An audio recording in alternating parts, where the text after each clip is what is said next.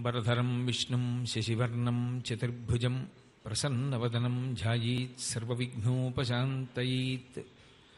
గురుర్బ్రహ్మా గురుర్విష్ణుః గురుర్దేవో మహేశ్వరః గురుః సాక్షాత్ పరం బ్రహ్మ తస్మై శ్రీ గురవై నమః.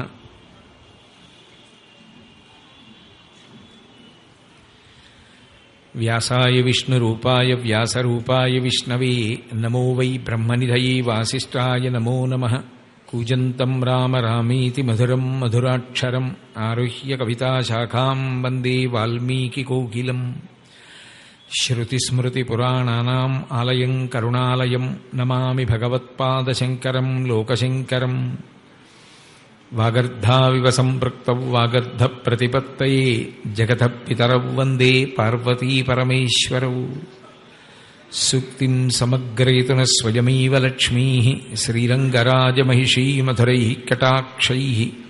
వైదగ్ధ్యవర్ణగుణగుంభనగౌరవైర్యాం కండూలకర్ణకుహరాः కవయోధయంతి. హైమోర్ధ్వపుండ్రమజహన్మకుటం సునాసం మందస్మితం మకరకుండలచారుగండం.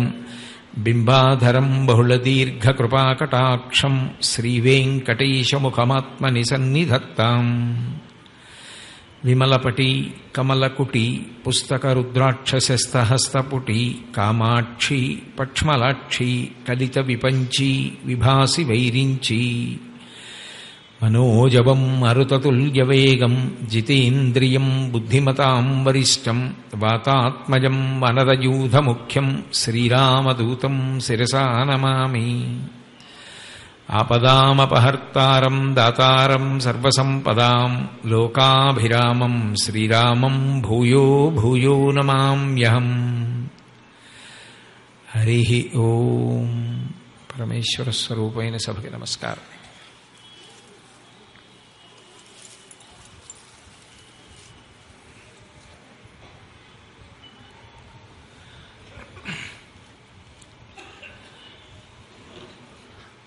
కృష్ణ భగవానుడి యొక్క అవతారం పరిపూర్ణావతారం.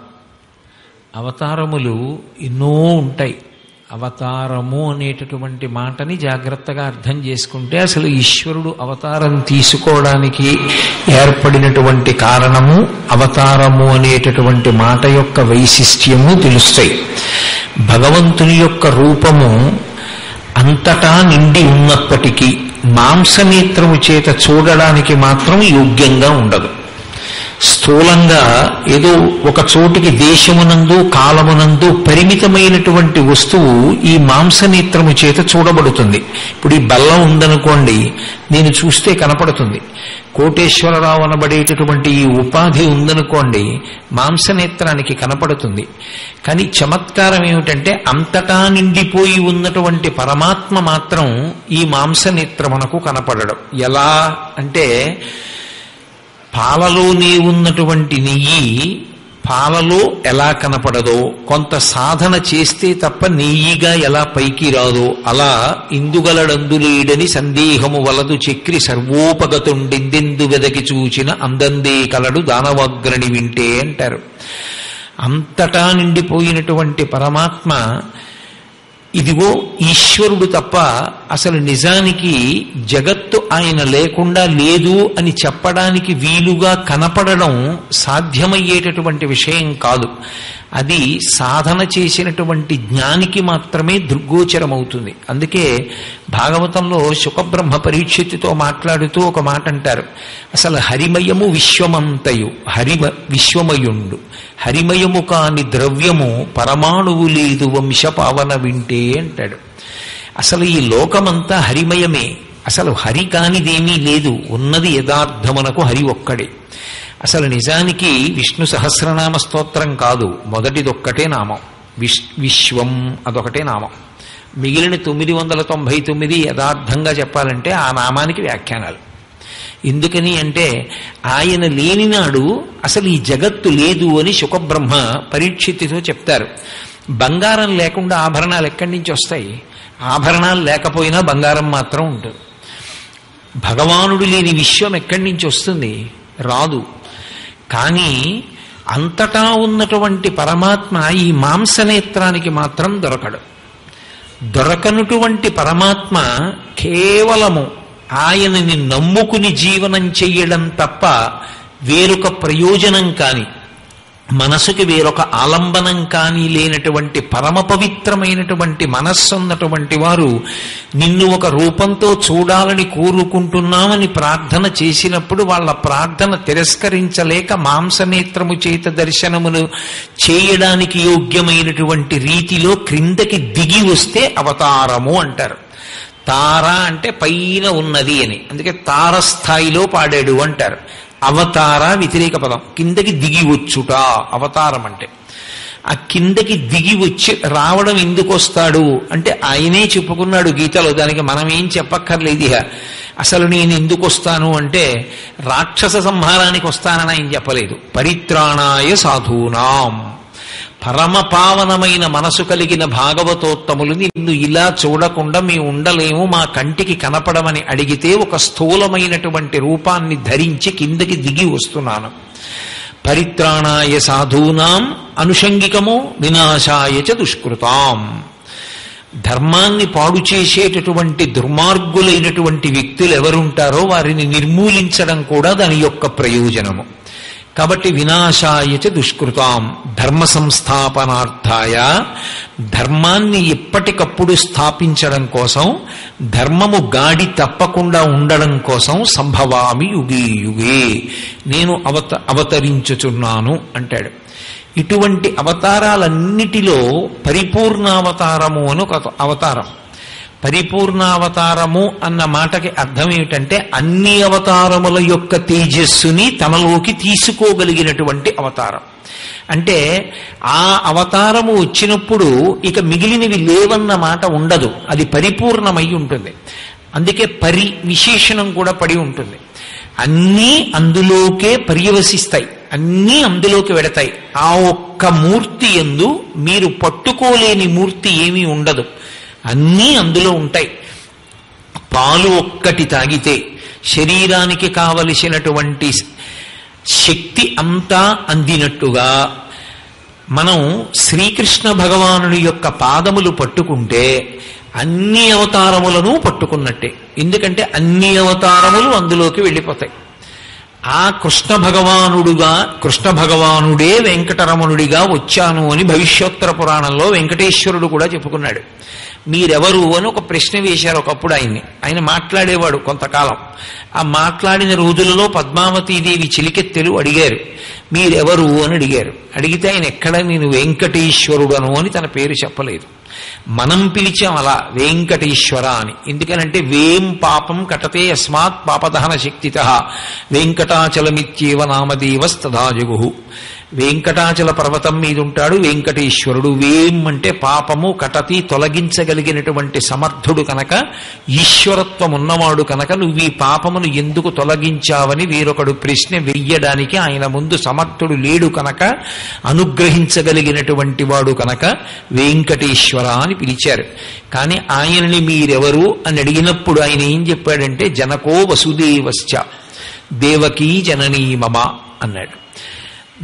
నా తండ్రి వసుదేవుడు, నా తల్లి దేవకీదేవి, అగ్రజ శ్వేతకేశశ్చ సుభద్రా భగినీ మమ. నా అన్నగారు బలరాముడు, నా యొక్క చెల్లెలు సుభద్ర. ఇప్పుడు ఆయనెవరు? ఇక మళ్ళీ వేరే తన పేరు చెప్పలేదు. మా నాన్నగారు వసుదేవుడు, మా అమ్మ దేవకీదేవి.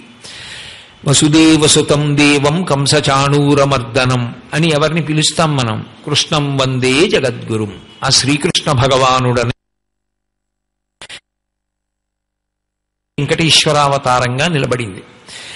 అందుకే వెంకటేశ్వరుడి విషయంలో కూడా అన్ని అవతారములు అందులోకి వెళ్ళిన అవతారము అని పిలుస్తారు. అందుకే వేదోద్ధారణ మందరాభరణ పృథ్వీ ధర్మ నిర్మాణ ప్రహ్లాదత్రాణ బలిప్రతారణ నృపాహంకార నిర్వాపన వైదేహీ రమణ ధనంజయ జయ వ్యాపార పారీణ క్షోణీ దివ్యత్కరుణ తమోహరణ తండ్రి వెంకటేశ ప్రభో అన్నారు. అన్నమాచార్యుల వారు శ్రీ వెంకటేశ్వరుడి ముందు వెళ్లి నిలబడితే ఆయన చెయ్యి ఒక్కదాన్ని చూసి ఇందరికీ అభయం ములిచ్చు చేయి కందువకు మంచి బంగారు చేయి అంటూ దశావతారాలు ఆ చేతిలో చెప్పారు. కారణం అది పరిపూర్ణ అవతారం. శ్రీకృష్ణావతారం అంత గొప్ప అవతారం. కృష్ అన్న శబ్దానికి అర్థం నిరతిశయమైనటువంటి ఆనందం. ఆనంద ఘనమునకే కృష్ణుడు అని పేరు. ఆనంద నిలయాధీశునకే వెంకటరమణుడు అని పేరు. అందుకే నేను కృష్ణుడను అని చెప్పుకున్నాడు. అటువంటి కృష్ణుడు ఈ లోకంలో అవతారంగా వచ్చినప్పుడు అత్యంత సులభుడై కిందకి దిగిపోయాడు. ఎంత సులభుడై కిందకి దిగాడు అంటే భాగవతాన్ని ఆంధ్రీకరించినప్పుడు పోతన గారు పారవస్యాన్ని పొందారు. శ్రీకృష్ణ పరమాత్మ యొక్క సౌలభ్యాన్ని చెప్తూ అసలు ఏ పాములెరుగక ఏ పారుమీటికి పశుల కాపరి ఇంట పాము కలిగే, ఏ తల్లి చనుబాలు ఎన్నడెరుగని ప్రౌఢ తల్లి యశోదచనుల పాలు త్రవనిరిగే, ఏ కర్మయును లేక వెలయునొక్కడికిని జాతకర్మంబులు సంభవించి, ఏ హాని వృద్ధుల నిరుగని బ్రహ్మంబు పుదివిటిలో వృద్ధి పొందనుందే, ఏ తపములనైన ఎలమి పండని పంట వలవీజనముల వాడపండే, ఏ చదువులనైన ఇట్టిట్టిదనరాని అవయవములయందు అందముందే అన్నారు. అంతటి పరమాత్మ ఏ మహానుభావుని యొక్క పాదమునకు ఉన్నటువంటి 5 వేళ్లలో కేవలముగా బొటనవేలి గోటి చివరి నుంచి వచ్చేటటువంటి కాంతిని చూడడానికి సామాన్యులు సరిపోరో, అద్భుతమైనటువంటి తపస్సు చేసిన వాళ్ళు కూడా అటువంటి కాంతిని దర్శనం చెయ్యడం సాధ్యం కాదో, శూరులు తుల్లియే విభుది శోభిత పాదనక ప్రభావళింజేరి భవంధకారముల చిక్కక ఉందురు వట్టి దేవునిన్ వైరముతోడనైన గిలువన్ నన్ను పంపి శుభంబు చేసి నిష్కారణమైన ప్రేమ ఇదే కంసుని పోలు సఖుండు కల్గునే అంటాడు అక్రూరుడు. అంతటి మహానుభావుడు. అటువంటి కృష్ణ పరమాత్మ అతి సులభుడై దిగి వచ్చాడు. కృష్ణావతారంలో గోపాల బాలులతో కలిసి ఆడుకున్నాడు, గోపకాంతలతో కలిసి తిరిగాడు, ఆవులు దూడలు మధ్య పెరిగాడు. గోధూళి ధూసరిత కోమల గోపవేషం గోపాల బాలక శతైరనుగమ్యమానం సాయంతనే ప్రతిగృహం పశుబంధనార్థం గచ్చంతమచ్యుత శిశుం ప్రణతోస్మి నిత్యం అంటాడు లీలాశకుడు కృష్ణకర్ణామృతంలో. అందరి బంధనములను విడిపించేటటువంటి పరమాత్మ ఆవులకు దూడలకు బంధనములు వేసేటటువంటి వాడిగా ప్రవర్తించాడు.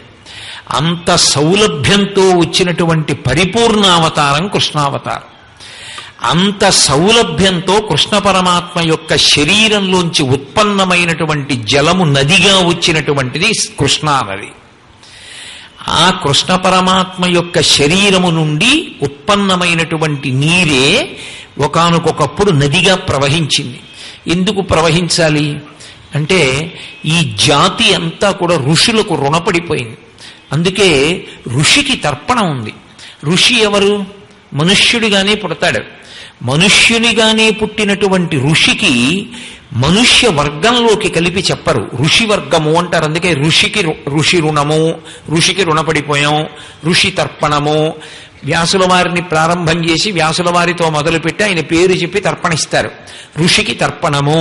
మనుష్యుడై పుట్టినా కూడా ఋషికి తర్పణం ఇవ్వవలసినటువంటి స్థితికి, ఋషి రుణం తీర్చుకోవలసినటువంటి స్థితికి ఆయన ఎదిగిపోవడానికి కారణం ఏమిటి అంటే ఆయన యొక్క తపస్సు చేత ఆయన సాధించుకున్నటువంటి శక్తిని ఆయన లోకోపకారము కొరకు వ్యయించేయడం. ఋషి తాను తరించడానికి ఒక్కదానికే తపస్సు చేసిన వాడు కాదు. ఇది ఋషిభూమి, ఇది వేదభూమి, ఇది కర్మభూమి. ఈ దేశానికి ఇంత గొప్పతనం ఎందుకు వచ్చింది అంటే ఇక్కడ ఉన్న బంగారు గనుల వలన రాలేదు, ఇక్కడ ఉన్నటువంటి ఐశ్వర్యాన్ని బట్టి రాలేదు, ఇక్కడ పరిపాలన చేసిన చక్రవర్తులను బట్టి రాలేదు. కారే రాజులు రాజ్యములు గెలువరే గర్వోన్నతిం పొందరే వారేరీ సిరి మూట కట్టుకొని పోవంజాలిరే భూమిపై పేరైనన్ కలదే శిబి ప్రముఖులన్ ప్రీతిన్ యశక్కాములై ఈరే కోర్కెలు వారలం తలపరే కాలమున్ భార్గవా అంటారు పోతన గారు భాగవతంలో. ఎందరో పరిపాలన చేసిన వారు అందరూ వెళ్ళిపోయారు. ఎవరి పేరు భూమి మీద ఉండిపోయింది కనుక త్యాగేనైకే అమృతత్వమానసు, నాది అని అనకుండా త్యాగమయమైనటువంటి బుద్ధితో వేరొకరికి తన యొక్క తపశ్శక్తిని వ్యయం చేసిన వాడెవడో వాడు శాశ్వతత్వాన్ని పొందాడు. ఋషుల యొక్క గొప్పతనం ఎక్కడుందంటే వాళ్ళు అహరహం తపస్సు చేసి ఈశ్వరానుగ్రహ పాత్రులయ్యారు, మంత్రద్రష్టలయ్యారు. మంత్రములకు ఋషులయ్యారు. ఒక్కొక్క బీజాక్షరానికి ఒక్కొక్క ఋషి అధిదేవత. ఎన్నో మంత్రములను లోకానికి ఇచ్చారు. ఆ మంత్రాన్ని స్వరంతో పలికి దేవతల యొక్క అనుగ్రహాన్ని మనం పొందుతున్నాం. ఆ స్థాయికి పెరిగిపోయినటువంటి ఋషి యొక్క రుణాన్ని తీర్చుకోవడానికి ఋషికి తర్పణ ఇస్తాం. అందుకే మనుష్య జాతిలో పుట్టిన మనుష్య వర్గంలోకి ఋషి రాడు. ఒక్కొక్క ఋషి ఈ దేశంలో అంత గొప్ప ఖ్యాతి గణించాడు. ఆయన యశోశరీరుడై నిలబడిపోయాడు. తన కొరకు కాదు, తన కోసం అడగలేదు. నా తర్వాత కూడా ఈ జాతి తరించాలి, కాలాన్ని లెక్క కట్టారు. అది ఋషుల యొక్క గొప్పతనం. ఋషుల గొప్పతనం ఎక్కడుందంటే రాబోయేటటువంటి కాలం ఎలా ఉంటుంది, ఆ కాలములో ధర్మమునందు అనురక్తితో మనుష్యులు నిలబడగలిగినటువంటి పరిస్థితులు ఉంటాయా? రాబోయేది కలియుగం. ధర్మమునందు ఊంచుకోవడం అంత తేలిక కాదు. కాబట్టి ఇప్పుడు వీళ్ళందరినీ అనుగ్రహించాలి. అనుగ్రహించడం కోసమని ఒకటి వాంగ్మయాన్ని ఇచ్చారు. అందుకే ఋషి రుణం ఎలా తీరుతుంది అంటే వాంగ్మయం చదువుకుంటే తీరుతుంది, వాంగ్మయం ప్రచారం చేస్తే తీరుతుంది. రెండు, ఋషులు ఈ జాతికి అందించినటువంటి అద్భుతమైనటువంటి వరం మంత్రభాగం. అందుకే మీకు ఏ విశ్వాసమునందు లేనటువంటి గొప్ప విశేషము సనాతన ధర్మములో ఏది అంటే యజ్ఞయాగాది క్రతువులు. యజ్ఞము ద్వారా, యాగము ద్వారా, అగ్నిహోత్రము ద్వారా హవిస్సుని దేవతలకిచ్చి ప్రీతి పొందిన దేవతల యొక్క అనుగ్రహము చేత మనుష్యుల యొక్క కోర్కెలు తీర్చుకునేటటువంటి వ్యవస్థకి మంత్రభాగాన్ని స్వరంతో ఇచ్చినటువంటి మహాపురుషులు ఋషులు. వారు చేసినటువంటి వేరొక గొప్ప ఉపకారం నదులను ఇక్కడ ప్రవహింపచేశారు. ఇది భరతఖండం, ఇది పుణ్యభూమి, ఇది పూజాగృహం. ఒక్క పూజాగృహం జాగ్రత్తగా ఉందనుకోండి, పూజాగృహాన్ని శౌచంతో ఉంచి పూజాగృహంలో మనం పరమ భక్తితో ఈశ్వరుణ్ణి పూజ చేసి వాడు ఉన్నాడు సుమా అన్న భావనని మనసులో ప్రోది చేసుకుని బ్రతికిన కారణం చేత మనము మనని నమ్ముకున్న వాళ్ళు కూడా ఎలా రక్షింపబడతారో అలా భారతదేశాన్ని కాపాడితే ప్రపంచమంతా కాపాడబడుతుంది. ఇది పూజ గది. ఇక్కడ రావాలి నదులు, ఇక్కడ కావాలి జీవనదులు, ఇక్కడ కావాలి ఆ శక్తి, ఇక్కడ కావాలి ఆ పవిత్రత. ఇక్కడ వాళ్ళందరూ కూడా అటువంటి వైదిక ధర్మమును అనుష్ఠించగలిగినటువంటి వాళ్ళై ఉండాలి. వాళ్ళని కాపాడడానికి తీసుకొచ్చారు ఆ నదుల్ని. అందుకే కృష్ణానది కూడా ఏ కారణం చేత వచ్చింది అంటే ఒక మహర్షి చేసినటువంటి అద్భుతమైనటువంటి తపఫలంగా వచ్చింది. సహ్య మహర్షి అని ఆయన కృష్ణ భగవానుడి గురించి తపించాడు. కృష్ణ భగవానుడి గురించి తపిస్తే కృష్ణ భగవానుడిగానే దర్శనమిచ్చాడు. నేను ఈ మాట కృష్ణ భగవానుడిగానే అని ఎందుకంటున్నానంటే విష్ణువు యొక్క అవతారాల్లోనూ వెలియడంలోనూ ఒక చమత్కారం ఉంటుంది. భద్రాద్రి రామచంద్రమూర్తి కోసం తపస్సు చేసింది, ఆయన చతుర్భుజుడై దర్శనమిచ్చాడు. కాదు నాకు రాముడే కావాలన్నాడు. నాకు రాముడే కావాలి అని అడిగితే అప్పుడు ఆయన 4 భుజాలతో ఉన్నప్పటికీ కూడా శంఖచక్రాలు పట్టుకుని ఎడమతల మీద సీతమ్మని పెట్టుకుని పక్కన లక్ష్మణస్వామితో వెలిశాడు. శ్రీకృష్ణ కరుణామృతాన్ని ఇచ్చినటువంటి లీలాశుకుడు రామదర్శనం కృష్ణ దర్శనం కోసం పరితపిస్తే రామచంద్రమూర్తిగా దర్శనమిచ్చాడు. ఆయన ఎంత గడుసువాడంటే ఆయన అన్నాడు, ఏమనుకోకు, నీకు వెంటనే నమస్కారం పెట్టలేదని, విహాయకోదండ శరౌ ముహూర్తే అన్నాడు. ఏమనుకోకు రామా, నాకంత అనురక్తి లేదు, అలా ఉంటే నాకు నమస్కారం చేయబుద్ధి లేదు. కాసేపు ఆ చేతిలో కోదండం పక్కన పెట్టేయి, అదిగో బాణం పక్కన పెట్టేయి, ఆ సుదర్శన చక్రం చేత్తో పట్టుకో, శంఖం చేత్తో పట్టుకో, పీతాంబరం కట్టుకు నిలబడు, కాళ్ళ మీద పడిపోతాను. అలా నాకు చూడాలని ముచ్చట, అది ఇది ఒకటే నాకు తెలుసు సుమా, కానీ ఇలా చూడడం ఇష్టం, ఏం చేయమంటావు, అది నా బలహీనత, అలా కనపడు అన్నాడు.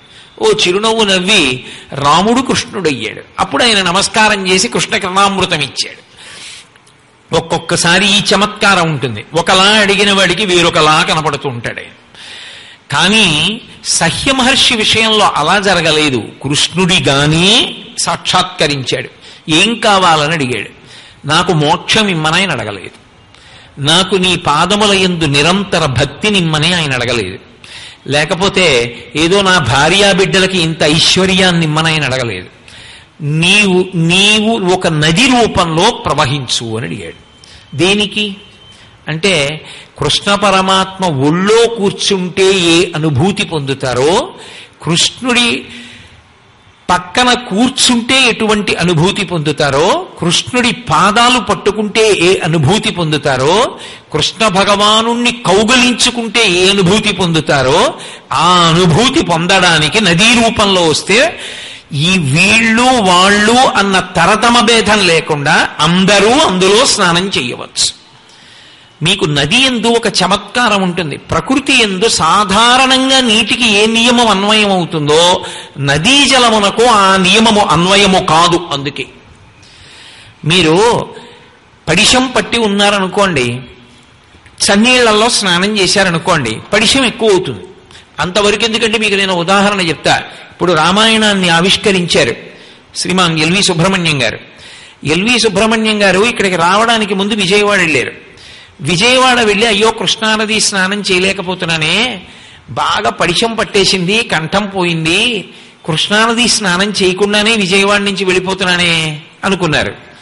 ఇంతలో విజయవాడలో ఉన్నటువంటి ఒక గొప్ప వేద పండితుడు వారు వచ్చారు అని తెలుసుకుని ఒకసారి వెళ్ళి కలవచ్చా, సౌకర్యంగానే ఉందా కలవడం అని అడిగాడు. అడిగితే బాగా పడిశం పట్టింది, దగ్గొచ్చింది, కంఠం పోయింది, ఇబ్బంది పడుతున్నారన్నారు. ఓ అయితే ఇప్పుడే కృష్ణ స్నానం చేస్తే సరి పడిశం పోతుంది అన్నారు. అంటే ఆయనకు ఆ వార్త వెళ్ళింది, ఇప్పుడే కృష్ణ స్నానం చేస్తే పడిశం పోతుందిట అని. పోనీలే, వైద్యుడు అదే మంది ఇచ్చాడు, రోగి అదే మందు కోరుకున్నాడు అని సుబ్రహ్మణ్యం గారు కృష్ణానది స్నానానికి వెళ్ళారు. కృష్ణానదిలో స్నానం చేసి ఆయన కాకినాడ వచ్చారు. ఆయనకి జ్వరం రాలేదు, దగ్గెక్కువలేదు, ఉన్న పడిశం పోయింది. ఈ మాట నేను చెప్పట్లేదు, పొద్దున్న మేము ఇద్దరం వెడుతున్నప్పుడు ఆయనే నాతో కారులో చెప్పారు. మీరు నది అంటే అది కేవలము నీటి ప్రవాహము కాదు, దాని యందు ఈశ్వర విభూతి సంతరించుకొని ఉంటుంది. ఆ అనుగ్రహ శక్తి దాని యందు నిక్షిప్తమై ఉన్నది. ఎందుకని ఒక మహానుభావుడు మనందరి కోసం పుచ్చుకున్న మాట. ఆయన సాక్షాత్ శ్రీకృష్ణ పరమాత్మ యొక్క శరీరమే, అందులోంచి ఉత్పన్నమైనటువంటి నీరే నదిగా ప్రవహించాలని కోరాడు, అనుగ్రహించాడు కృష్ణుడు. నా శరీరము నుండి వచ్చినటువంటి నీరు లేదా శరీరమే నీరు అయి ఇదిగో ఆ మహాబలేశ్వరం దగ్గర నుంచి కూడా ప్రవహిస్తుంది. అందుకే కృష్ణుడు నలుపు, కృష్ణానది నలుపు, ఇద్దరూ నల్లగా ఉంటారు. ఆ నల్లగా ఉండడంలో ఒక చల్లతనం ఉంటుంది. నలుపు కారు నలుపు కాదు. మీరు ఒక విషయాన్ని బాగా గుర్తుపట్టవలసి ఉంటుంది. రంగు ఏదో మన కంటి నదర కోసం కనపడే రంగు కాదు. కృష్ణమ్మ నీళ్లు నల్లగా ఉంటాయి, గోదావరి నీళ్లు తెల్లగా ఉంటాయి. గోదావరి పరమశివుల్లోంచి వచ్చింది, కృష్ణమ్మ కృష్ణుల్లోంచి వచ్చింది. ఎవరు ఏ రంగులో ఉండాలో ఆ రంగులోనే ఉండాలి. గంగమ్మ పరమశివుడి జటాజూటానికి తాకి వచ్చింది, గంగమ్మ తెల్లగా ఉంటుంది. యమున నల్లగా ఉంటుంది, నారాయణమూర్తి నుంచి వచ్చింది, సూర్యనారాయణమూర్తి కుమార్తెగా నల్లగా ఉంటుంది. అందుకే తిక్కన గారు విరాట పర్వం ఆంధ్రీకరించాలని ప్రారంభం చేస్తే హరిహర స్వరూపం ఆయనకి దర్శనమిచ్చింది. దర్శనమిస్తే ఆయన దాన్ని ఎలా వర్ణించారు అంటే, ఆయన ఒకేసారి గంగా యమున కలిసి ప్రవాహం వస్తే ఎలా ఉంటుందో హరిహరమూర్తి వస్తుంటే అలా ఉంది అని చెప్పారు. ఎందుకని ఇద్దరు తెలుపు నలుపు. నలుపు అని నేను అన్నప్పుడు తెలుపు నతర బాగుంటుంది, తెలుపుగా ఉంటే ఇష్టపడిన వాడు ఎవరు ఉండడు లోకంలో. ప్రతివాడికి తెల్లటి పెళ్ళామే కావాలి, తెల్లగా ఉండాలండి అంటాడు. కానీ నలుపు అంత తక్కువదేం కాదు. నలుపుకి ఒక గొప్పతనం ఉంది, అది కారు నలుపని మీరు అనుకోకూడదు. నలుపుకున్న విశేషం ఏమిటంటే నలుపుకు ఒక మెరుపు ఉంటుంది. అది ఎప్పుడు మేఘం యొక్క వర్ణం ఎలా ఉంటుందో అలా ఉన్నప్పుడు, నీరు నిండిన మబ్బులో ఒక కాంతి ఉంటుంది. అదిగో ఆ కాంతి ఏది ఉన్నదో ఆ దయతో కూడుకున్నటువంటి సమస్తమును ఇవ్వగలిగినటువంటి శక్తి కలిగిన పరమాత్మ యొక్క స్వరూపం మేఘమండలం ఎలా ఉంటుందో అటువంటి కాంతితో ఉంటుంది. అందుకే బొగ్గుతో పోల్చి చెప్పరు విష్ణువుని, మేఘంతో పోలుస్తారు ఎప్పుడు చెప్పినా. మొన్న మీతో నేను మనవి చేశాను, యమునా నదిని చెప్తే నవజలద్యుతి కోటిల సత్తమ హేమమయాభర రంజతకే అంటారు శంకరాచార్యుల వారు. నవజలదము అంటే నీరు నిండినటువంటి నల్లమబ్బు. కృష్ణ పరమాత్మ గురించి చెప్తే ఆయన జలజాతాసన వాసవాదిసుర పూజాభాజనం బైతనచ్చులతాం తాయుధు కన్న తల్లి శరమచ్చో వామ భాగంబులం తొలగంతో చలతాంగి అట్లయగు నాథుల్ నెరముల్ చేయబేరలకంచిందిన కంపలెందు ఉచిత వ్యాపారములు నిర్తురే అంటాడు నంది తిమ్మన గారు పారిజాతాపహరణంలో. జలధర దేహునాజాను చతుర్బాహు సరసీరుహక్షు విశాల వక్షు అంటారు పోతన గారు. ఎక్కడ చెప్పినా నల్లమబ్బుతో చెప్తారు. నలుపు బొగ్గుగా ఉందనుకోండి శాశ్వతత్వానికి ప్రతీక. ఏదైనా కాలిపోయిందనుకోండి బొగ్గు అయిపోతుంది. నలుపు అన్న మాటకు అర్థం ఏమిటంటే శాశ్వతత్వమునకు ప్రతీక. అది ఇంకొంచెం మారిపోతే బూదైపోతే తెలుపైపోతే పరమేశ్వరుడు. రెండింటికి అంతకన్నా పెద్ద అల్లరేం ఉండదు. రెండూ ఒకటే స్వరూపం అంతే. కాబట్టి అదిగో అటువంటి కృష్ణమ్మ కృష్ణుడి యొక్క శరీరంలోంచి వచ్చింది కాబట్టి కృష్ణానది యొక్క నీటి రంగు కూడా నలుపే. సాక్షాత్ పరిపూర్ణావతారమైనటువంటి కృష్ణ భగవానుని యొక్క శరీరంలోంచి ఆవిర్భవించింది కాబట్టే లోకంలో పెద్దలు ఒక మాట చెప్తూ ఉంటారు. గంగమ్మ యమున కూడా పాపాలు ఎక్కువైపోయిన వాళ్ళు పాపులు విశేషంగా వచ్చి స్నానం చేస్తే ఆ తాపం పోవడానికి కృష్ణమ్మకు వచ్చి స్నానం చేస్తాయిట. అంటే కృష్ణమ్మ యొక్క శక్తి ఎంతటిది, కృష్ణానదీ పరివాహక ప్రాంతం ఎంత గొప్పది అర్థం చేసుకోవచ్చు. సాధారణంగా మీకు నది ప్రవహిస్తోంది అంటే ఆ నదీ తీరాలలో అనేకమైనటువంటి దేవాలయాలు వెలిసి ఉండడం సర్వసాధారణంగా ఉంటుంది. ఎందుకంటే అది ఈశ్వర విభూతి కనుక.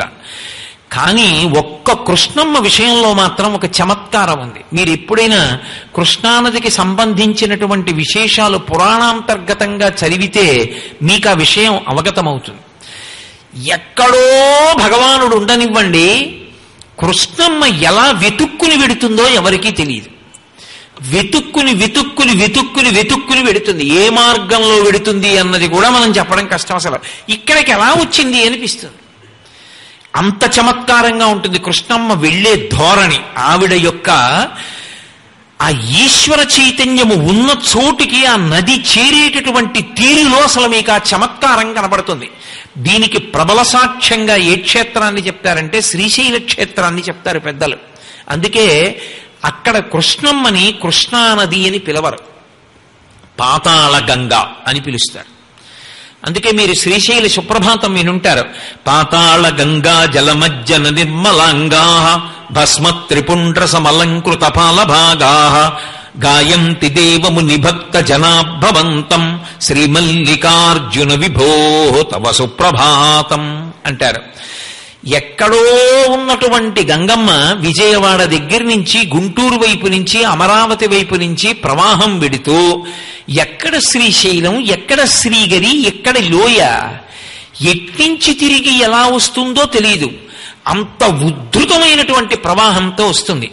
మీరు శ్రీగిరి అంటాం కదా, శ్రీగిరి అంటే కొండ శిఖరం. ఆ శ్రీగిరి పైన నిలబడి కిందకి చూశారనుకోండి, ఎక్కడుంటుంది గంగ అంటే ఈ కృష్ణానది ఎక్కడో పాతాళంలోకి కనపడుతుంది. మీరు అంత పల్లానికి ప్రయాణం చేసి వచ్చి ఎన్నో మెట్లన్నా దిగాలి, లేకపోతే ఇప్పుడు కొత్తగా వచ్చినటువంటి రోప్వే మీదన్నా దిగాలి. అంత కిందకి దిగితే తప్ప కృష్ణానది కనపడదు. శ్రీశైల మల్లికార్జున దేవాలయం ఎక్కడుంది? ఎక్కడో శ్రీగిరి శిఖరం మీద మల్లికార్జున దేవాలయం ఉంది. మీరు ఇప్పటికీ శ్రీశైలం మల్లికార్జున దేవాలయంలోకి వెళ్ళినప్పుడు పెద్దలను అడగండి, మీకు చెప్తారు. అనేక చోట్ల ఉబికి ఉపికి బుగ్గల్లాగా పైకి తేలుతూనే ఉంటుంది నీరు. చాలా మందికి తెలియదు, దర్శనం చేసుకుని వచ్చేస్తుంటారు. మీరు ఎప్పుడైనా మల్లికార్జున స్వామి దర్శనానికి వెళ్ళినప్పుడు, అయ్యా ఈ నది ఇలా అక్కడక్కడ బుగ్గల్లా గుళ్ళో పైకి వస్తుందిట, ఒక్కసారి చూపించండి అంటే ఒకానొకప్పుడు ఆ దేవస్థానంలో పనిచేసేటటువంటి ఒక ఇంజనీర్ గారు నన్ను అనేక ప్రదేశాలకి తీసుకెళ్లి చూపిస్తే నేను తెల్లబోయాను. మీరు ఒక రాయి పైకెత్తితే బుడబుడ బుడబుడ బుడబుడ బుడబుడ శబ్దంతో ప్రవాహం వెళ్ళిపోతుంటుంది. అంత కిందకున్నటువంటి కృష్ణమ్మ అంత పైకి ఎలా ఎక్కువస్తుంది అన్నది ఆశ్చర్యం. అంత కిందకుంటుంది. పిలవడం కూడా పాతాళగంగా అని పిలుస్తాం. పాతాళగంగగా ఉన్న కృష్ణమ్మ మల్లికార్జునుడి దగ్గరికి కుండాల రూపంలో వచ్చేస్తుంది. అందుకే అక్కడికి వస్తే కుండం. మీరు చూడండి, మల్లికార్జునుడికి ఉదయం వేళ సుప్రభాతం జరుగుతారు. ప్రాతస్మరామి గణనాథ మనాథ బంధుం సింధూరపూర పరిశోభిత గండ యుగ్మం బుద్దండ విఘ్న పరికండ నచండ దండ మాకండలాది సురనాయక బృంద వంద్యం అని సుప్రభాతం జరిగి అభిషేకానికి మొదటి బిందె నీళ్లు తీసుకెళ్లేటప్పుడు ఆ ఎద్దుని తీసుకొస్తారు. అదో అద్భుతమైనటువంటి విశేషం. ఎంత గొప్పగా ఉంటుందంటే, ఏదో లేపాక్షిభ సవయ్య లేచిరావయ్యా కైలాస శిఖరిలా కదలిరావయ్యా అని మాకు చిన్నప్పుడు పాటలు ఉండేవి. అలా కైలాస శిఖరం కదిలొచ్చిందా అన్నట్టుగా ఉంటుంది వృషభం. అది నల్లగా ఉంటుంది, మూపురం ఇలా ఊగుతూ ఉంటుంది. అది వస్తుంది మనోహర కుండం దగ్గరికి. అక్కడి నుంచి తిన్నగా ప్రదక్షిణం చేస్తుంది మేళతాళాలతో. ఎవ్వరూ దాన్ని పట్టుకోరు. శయనమంటపం దగ్గరికి వెళ్ళి ఆగిపోతుంది. పార్వతీ పరమేశ్వరుల్ని తీసుకొస్తారు. మళ్ళీ ఇలా వెనక్కి తిరిగి చూడదు. మీరు ఎప్పుడైనా మల్లికార్జున క్షేత్రానికి వెళ్ళి చూడండి, ఎన్ని చమత్కారాలు ఉంటాయో. ఇలా చూడదు, ఇలా అదల్చారు ఎవరు. దానికి ఇలా చెవులు కదుపుతూ ఉంటుంది. తలుపు తీసి ఉత్సవమూర్తుల్ని తీసుకుని వచ్చేసి అభిషేక జలాల పాత్రలు అవి పట్టుకుని మీరు మళ్ళీ కదలడానికి సిద్ధపడిపోగానే నందీశ్వరుడు మళ్ళీ కదులుతాడు బసవయ్య. మనోహర కుండం దగ్గరికి వస్తారు. ఎక్కడి పాతాళగంగా, ఎంత కిందకుంది మాంసనేత్రంతో చూస్తే. మొదటి బిందె తీసుకెళ్ళడానికి తలుపు తెరుస్తారు. మీరు ఎప్పుడైనా కావాలంటే చూడొచ్చు. 4 మెట్లు కూడా దిగక్కర్లేదు. మనోహర కుండము అన్న పేరుతో నీరు కుండం నిండా నిండిపోయి ఉంటుంది. అందులోంచే బిందెలతో నీళ్లు పట్టుకెడతారు అభిషేకానికి. శ్రీశైల మల్లికార్జున లింగంతో సమానంగా వస్తుంది. మళ్ళీ 10 అడుగులు వేసేటప్పటికి చమత్కారం అంత అడుక్కెడుతుంది. అసలు కృష్ణమ్మ యొక్క ప్రవాహమే చమత్కారం. ఎన్ని రకాలుగా ఈశ్వరుణ్ణి ముట్టుకుంటూ ఉంటుందో తెలుసా. క్షేత్రాల్లో పైకి దొరికి ఒకలా ముట్టుకుంటుంది, దొరకక ఒకలా ముట్టుకుంటుంది. నేను మీకు ఒక ప్రబల సాక్ష్యం చెప్తాను. శ్రీశైల క్షేత్రంలో కామకోటి వారి మఠ ప్రాంగణం ఉంది. శ్రీశైలం లింగం అంత దూరంలో ఉంటుంది, జ్యోతిర్లింగం. అదో ఆ గట్టు ఉందే, ఆ గట్టు జ్యోతిర్లింగం అయితే కామకోటి మఠం అక్కడ ఉంటుంది. ఆ కామకోటి మఠంలో ఓ ఎత్తైనటువంటి ప్రదేశం ఉంటుంది. అక్కడి నుంచి చాదతో నీళ్లు తోడి ఆ నీళ్లతో చంద్రమౌళీశ్వరలింగానికి అభిషేకం చేస్తూ ఉండేవారు. ఒకప్పుడు కామకోటి పీఠాధిపత్యం వహించిన మహాపురుషులు చంద్రశేఖరేంద్ర సరస్వతి మహాస్వామి వారు. ఆయన ఓ రోజు అభిషేకం చేసి ధ్యానం చేసి అన్నారు, మీరిక్కడికి 2 తాటి చెట్ల లోతు తవ్వండి, మల్లికార్జున లింగం అడుగు నుంచి తాకుతూ ఒక పెద్ద ప్రవాహం వస్తోంది, అది ఇక్కడ బుగ్గలా తేలుతోంది, అది మళ్ళీ తిరిగి తిరిగి కృష్ణానదిలోకి ఎడుతోంది అన్నారు. ఎలా చెప్పారు అని తాటి చెట్ల ప్రమాణం తవ్వారు. తవ్వితే నిజంగానే బుగ్గొస్తోంది. మల్లికార్జున లింగం యొక్క అడుగు భాగాన్ని తాకి వస్తుంది ఆ బుగ్గ. వచ్చి అక్కడ చిన్న చెరువులా నిలబడుతుంది. దాని మీద కామకోటి ప్రతినిధులు సముద్రాల కృష్ణమూర్తి గారని వారు ఒక పెద్ద తీగలతోటి జల్లి కూడా కట్టించారు, కోతులు పక్షులు పాడు చేయకుండా. అక్కడికి వచ్చి నిలబడి మళ్ళీ వెళ్ళిపోతుంది. కృష్ణమ్మ ప్రవాహం పరమాద్భుతం. ఒక్క కృష్ణమ్మ ప్రవాహంలో ఉండేటటువంటి వైచిత్రి మీకు ఏ నది విషయంలోనూ కనపడదు. మిగిలిన నదుల యొక్క విభూతులు వేరు, వాటిలో రకరకాల చమత్కారాలు ఉంటాయి. గోదావరి ఉందనుకోండి, నాసికా త్రయంబక్ దగ్గర ప్రవహించేటటువంటి గోదావరిలో ఎముక పడేస్తే అత్యంత తొందరగా కరిగిపోతుందట. అంత తొందరగా ఇంకెక్కడా కరగదు, ఎముక కరిగిపోతుంది అక్కడ. అదొక ఈశ్వర విభూతి. మహర్షులు అలా తీసుకొచ్చారు నదుల్ని, అంత అద్భుతంగా ప్రవహించాయి అవి. కృష్ణానదికి ఉండే చమత్కారం ఏమిటంటే, అసలు ఎన్ని వంకర్లు తిరుగుతుందో, ఎన్ని చుట్లు చుట్టుకుంటుందో, ఎలా పాము పడుకున్నట్టు పడుకుంటుందో, ఎలా ప్రవహిస్తుందో, ఎన్ని రకాలుగా భగవంతుణ్ణి సేవిస్తూ ఉంటుందో చెప్పడానికి సాధ్యం కాదు. అంత అద్భుతమైనటువంటి నదీ ప్రవాహము కృష్ణానదీ ప్రవాహం. మీకు నేను ఒక ఉదాహరణ చెప్పాలంటే, కృష్ణమ్మ ఎక్కడెక్కడ ప్రవాహంతో విడుతూ ఉంటుందో అక్కడక్కడంతా కూడా కాల సంబంధమైనటువంటి విషయములు కొన్ని ఉంటాయి. కృష్ణుడి పాదాలు పట్టుకుంటే ఏమవుతుంది అంటే, కాలాన్ని దాటిస్తాడు కృష్ణుడు. అందుకే కృష్ణుడిని తల మీద పెట్టుకుంటే ఏమైంది అంటే, యమున దాటాడు వసుదేవుడు. ఆశౌరికి తెరవసగను ప్రకాశోద్ధత తుంగ భంగ కలిత ధరా సాకాశయగు యమున మును సీతేశునకు పయోధి త్రోవ ఇచ్చిన భంగిన్ అంటారు పోతన గారు. ఒకప్పుడు రామచంద్రమూర్తికి సముద్రం దారి ఎలా విడిచిపెట్టిందో అలా దారి విడిచిపెట్టింది ఆ కృష్ణ పరమాత్మని ఇలా గుండెల మీద పెట్టుకుని వసుదేవుడు వెడుతుంటే. కాలము దారి విడిచిపెట్టేస్తుంది కృష్ణుణ్ణి తల మీద పెట్టుకున్నవాడికి. తల మీద పెట్టుకోవడం అంటే నా ఉద్దేశం ఓ విగ్రహం పెట్టుకోవడం అని కాదు సుమండి. అష్టాంగ యోగంలో సమాధి అన్న మాటకు అర్థం ఏమిటంటే బాహ్యమైనటువంటి చలనం అంతా పోతుంది, పోయి లోపల భగవత్తత్వంతో స్థిరీకరింపబడతాడు, తాదాత్మ్యత పొంది ఇంకా పైన ఉన్నటువంటి వాటితో అన్నిటితోటి సహజంగా ఉండేటటువంటి అనుబంధములన్నీ కూడా తెగిపోతాయి. ఇదే శంకరాచార్యుల వారు వర్ణిస్తారు. శ్రీశైల శృంగకు హరేషు కదోపలప్స్యే గాత్రం యదామలతాహ పరివేషయంతి కర్ణే యదాహ విరచయంతి ఖగాశ్చ నీడాస్ అంటారు. శ్రీశైల శృంగ కుహరేషు కదోపలప్స్యే, శ్రీశైలంలో ఉండేటటువంటి గుహల్లో ఇది జరుగుతుంది అని. అది మనోలయానికి కారణం. అందుకే ఆయన శేషాద్రి శృంగే సదా వసంతం శ్రీశైల శృంగే వివిధ ప్రసంగే అన్నారు. అన్ని ఓషధులు దొరుకుతాయి శ్రీశైలంలో. అక్కడ మనోలయం అయిపోయి కృష్ణుణ్ణి ధరించాడు అన్న మాటకు అర్థం ఏమిటంటే ఎవరు అలా ఆ స్థితికి చేరిపోయిన వారు అంటే గాత్రం యదామలతాహ పరివేషయంతి, భగవంతుణ్ణి లోపల ధ్యానం చేస్తూ ఉండగా మూడు ఒకటైపోవాలి. ధ్యానము చేయుచున్నవాడు, ధ్యానము చేయబడుచున్నది, ఈ మూడు ఒకటైపోయి సరళ రేఖలోకి వచ్చేసి మూడుగా ఉండకుండా ఒకటిగా అయిపోయినప్పుడు ఇక శరీరం తాదాత్మ్యతతో లేదు. అంటే ఇంద్రియములు పనిచేసిన మనసుతో అనుసంధానం ఉండదు, ఆ కవాటం తెగిపోతుంది. మీకు నేను బాగా అర్థమయ్యేట్టు చెప్పాలి అంటే చెవికి వినడం ధర్మం అండి. కర్ణభేరి శబ్దాన్ని విన్నప్పుడు ప్రకంపన ఉంటుంది, అది పుచ్చుకుంటుంది శబ్దాన్ని. సమాధిలో ఉన్నవాడికి కూడా చెవి శబ్దాన్ని పుచ్చుకుంటుంది, కానీ చెవి పుచ్చుకున్న శబ్దాన్ని మనసు పుచ్చుకోదు, కాబట్టి గ్రహించడు. దాంతో ప్రతిస్పందన ఉండదు. ఉండకుండా అలా ఉండిపోతాడు. ఉండిపోతే ఏముంది, పక్కన ఎవడో గంట కొట్టాడు తెలియదు, వినపడదు. పక్కన ఎవడో పాట పాడాడు తెలియదు, వినపడదు.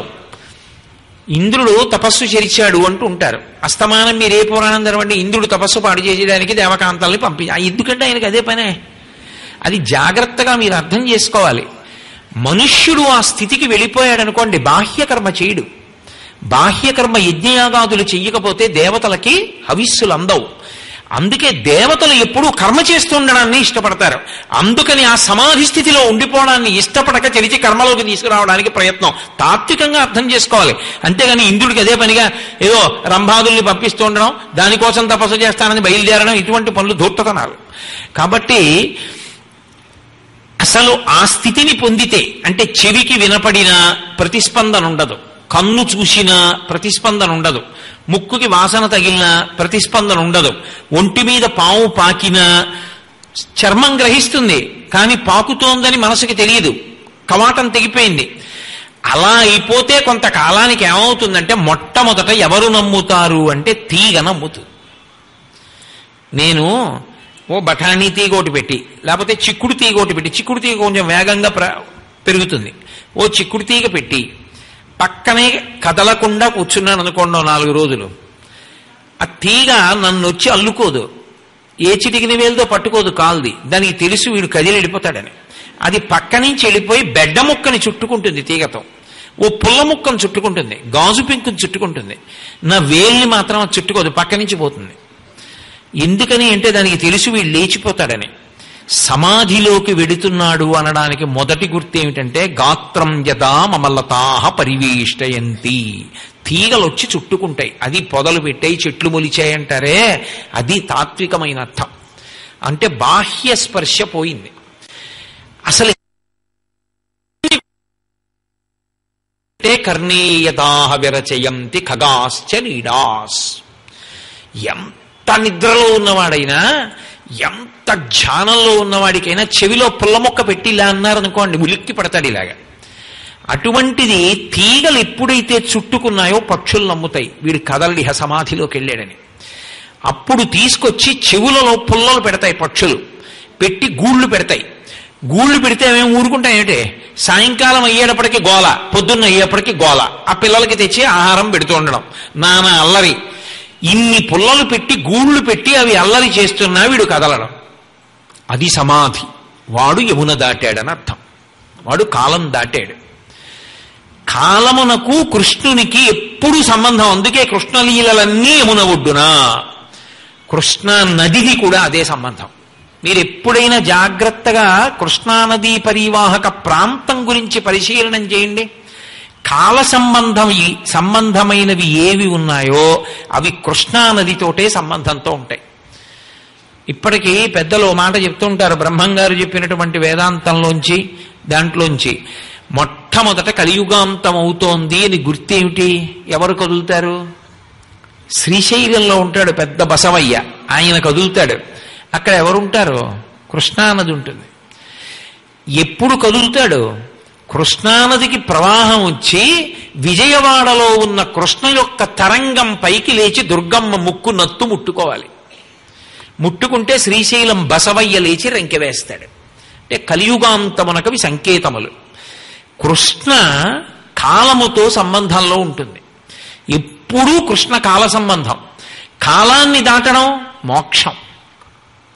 మోక్షాన్ని ఇవ్వగలిగినటువంటి కృష్ణుని యొక్క శరీరమే నదిగా ప్రవహిస్తుంటే అసలు మీకు చిత్త విచిత్రమైనటువంటివి ఎన్ని రకాలైనటువంటి కోరికలు కానివ్వండి, ఆ కోరికలను తీర్చగలిగినటువంటి శక్తి, ఇతర విభూతులను ప్రసరించగలిగినటువంటి శక్తి ఆ నదీ జలములకు లేదని మీరు ఎలా అనుకోగలరు అసలు? అందుకే ఎక్కడెక్కడ రక్షణ ఉంటుందో, ఎక్కడెక్కడ కాల సంబంధం ఉంటుందో, ఎక్కడెక్కడ మోక్ష సంబంధం ఉంటుందో, ఎక్కడెక్కడ ఈశ్వర అద్భుత విభూతులు ఉంటాయో అక్కడక్కడ కృష్ణమ్మ ప్రవాహం ఉంటుంది. మామూలు విభూతులు కావసమండి, పరమాద్భుతమైన విషయాలు ఉంటాయి. నేను ఈ మాట అన్నాను కాబట్టి మీతో ఒక విషయం మనవి చేయవలసి ఉంటుంది. అగస్త్య మహర్షి ఒకానొకప్పుడు దక్షిణ దేశంలో ప్రయాణం చేసి వెళ్ళిపోతున్నారు. ఆ దక్షిణ దేశంలో ప్రయాణం చేసి వెళ్ళిపోతున్నప్పుడు ఆయనకి కొన్ని చమత్కారాలు కనపడ్డాయి. ఏమిట్రా ఇక్కడ ఇలా ఉంది అని ఆగి చూశారు. వెనక బోలెడంతమంది శిష్యులు ఉన్నారు. ఒక నెమలి ఆడుతోంది. నెమలి ఆడుతూ ఉండగా ఆ నెమలి మీద పాము ఒకటి ఎక్కి ఉంది. అసలు పాము కనపడితే నెమలి కొట్టేయాలి. అలా కొట్టేయడం కాదు, నెమలి మీదకి పాము ఎక్కి కూర్చుని ఉంది. నెమలి పింఛం విప్పి ఆడుకుంటోంది. ఒక పాము మీద ముంగిస పడుకునుంది, ముంగిస మీద పాము పడుకునుంది. ఏమిట్రా ఈ చమత్కారం? ఇవన్నీ విరుద్ధమైన విషయాలు కదా, ఇలా ఉండకూడదు కదా. ఎందుకని అంటే మీకు